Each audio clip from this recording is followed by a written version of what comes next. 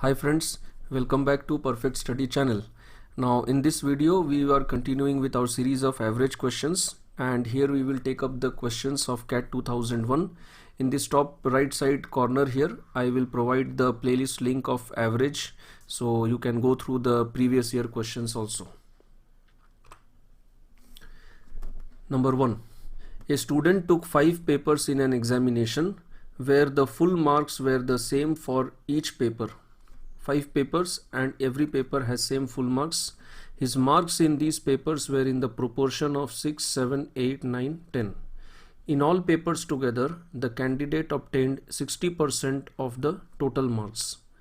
Then the number of papers in which he got more than 50% marks is what? So we have 5 papers. Let's assume the full marks for every paper is 100 each. So my total marks is equal to 500. This is my full marks. And what is the secured marks? My secured marks total is 60%. So 60% of 500, that means what I have secured total is 300. Now what is this 6, 7, 8, 9, 10? This 6, 7, 8, 9, 10 is the internal proportion or the ratio of the marks obtained in these 5 papers. This 6, 7, 8, 9, 10 are in no way related to the full marks. So how do we calculate what is the marks actual value of 6, 7, 8, 9, 10? It is actually the breakup of the total secured marks, that is 300. It is nothing but that breakup. So the ratio is 6 is to 7 is to 8 is to 9 is to 10. So now what is my ratio total? My ratio total is 40. 40 is my ratio total. So I have to calculate in which papers he got more than 50% marks. So how do I calculate? Now if I take the first paper, what he got is 60 by 40 multiplied by 300. So that will give you here 7.5. If you multiply it by 6, will you get 50? No, you'll get less than 50. That will be actually equal to 45. If you multiply here 7 by 7.5, you will get more than 50. And if 7 gives you more than 50, 8, 9, 10 will also give more than 50. So this is the range of papers in which I have got more than 50 marks. That means how many papers? It is 4 papers. Alright, next. A college has raised 75% of the amount it needs for a new building by receiving an average donation of rupees 600 from the people already solicited. The people already solicited represent 60% of the people the college will ask for donations. If the college is to raise exactly the same amount needed for the new building, what should be the average donation from the remaining people to be solicited? So I have some total number of people, out of which already solicited and pending, from whom we have not asked for donations. So already solicited are how many? 60% of the people are already solicited. These are 60% people. That means how many percent people are pending? 40%. Okay. Now from this 60% people, how much donation have I already raised? That is 75%. Now for sake of simplicity, let me assume there are 100 people. So here I have 60 people, here I have 40 people. Now I have raised 75% of the amount by receiving an average donation of 600 from the people already solicited. So these 60 people, their average contribution is how much? 600. That means their total contribution is 36,000, right? Now this contribution of 36,000, it represents 75% of the amount what I need. This 36,000, it represents 75%. Now if this is 75%, what is the total contribution that I get, that I should collect from here? I should collect 25%. And the calculation is very simple, no need of any unitary method or fractions. 25 is 1/3 of 75. So what is 1/3 of 36,000? 12,000. And I have to collect 12,000 rupees from how many people? From 40 people. So what will be their average donation? 12,000 divided by 40. Average donation should be 300 rupees. Okay, next. Three classes X, Y and Z take an algebra test. The average score in class X is 83. Average score in class Y is 76. Average score in class Z is 85. The average score of all students in classes X and Y is 79. The average score of all students in classes Y and Z is 81. What is the average for all three classes? So let's apply the alligation method here. Let me take here two classes X and Y. What is the average score of class X? 83. What is the average score of class Y? 76. And what is the combined average of class X and Y? 79. That means my ratio here should be 3:4.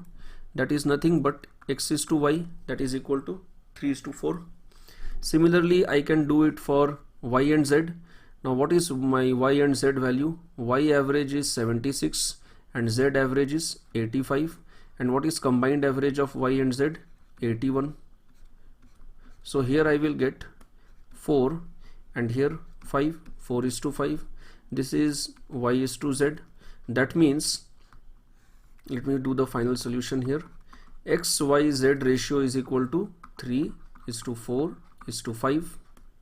And we also know their average values 83, 76, 85. Now the question is, what is the average for all the three classes? So that average will be equal to 80 into 3 plus 76 into 4 plus 85 into 5 divided by 3 plus 4 plus 5. Now this calculation, 249 plus 304 plus 425 divided by 12.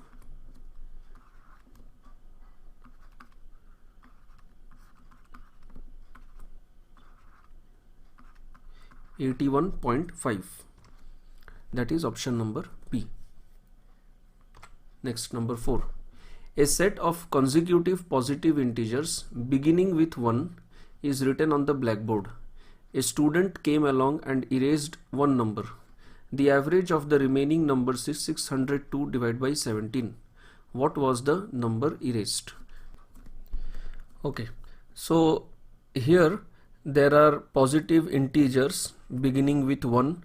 So 1, 2, 3, 4 and so on. This is our natural number series. And the student comes and erases any one number. We don't know which is the number erased. That itself is the question. Now after erasing, the average of the remaining numbers is, the remaining average is equal to 602 divided by 17. I have to find out which number was erased. Now there are lots of ways of solving this question using formula n into n plus 1, but we are not going to follow that. We'll do something different here. Let's convert it into mixed fraction first.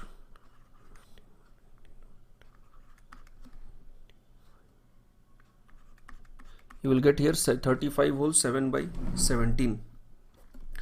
Now we know that 7 by 17 is less than 0.5, and here we will understand a very important concept of average of consecutive numbers. When we remove any number from a series of consecutive numbers, average changes by maximum 0.5, not more than this. If you write a series from, let's say, 1 to 100, what will be your average? It will be 50.5. If you remove 1 from here, your average will shift to 51. If you remove 100 from here, average will shift to 50. It will never change more than this. The difference, the change cannot be more than 0.5. What does that mean? This means that my previous average before erasing the number must definitely have been 35. Now why I am sure about 35? Because this number is equal to 35.4 something. Okay. Now my previous average cannot have been 36, because if it would have been 36, my range will be 35.5 to 36.5. Definitely that is why my previous average was 35, whose after changing, after erasing, the range becomes 30.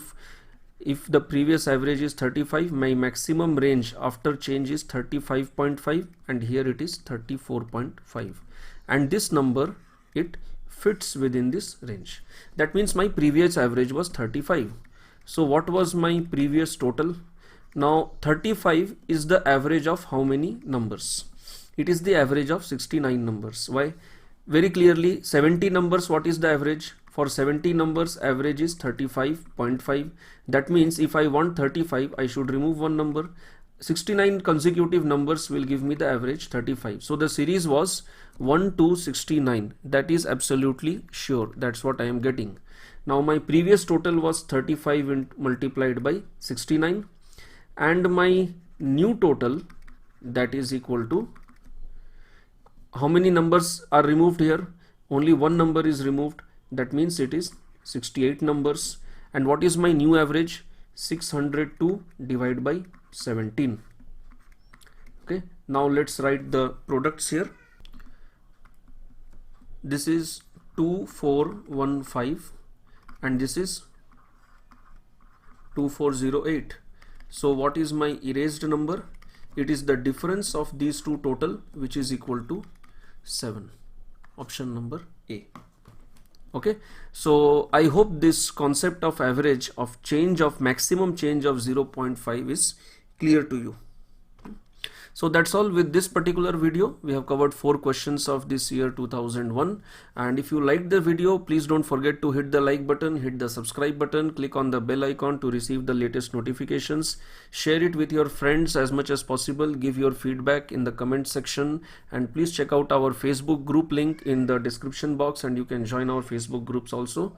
We will meet you in the next video with the further years after 2001. Thank you.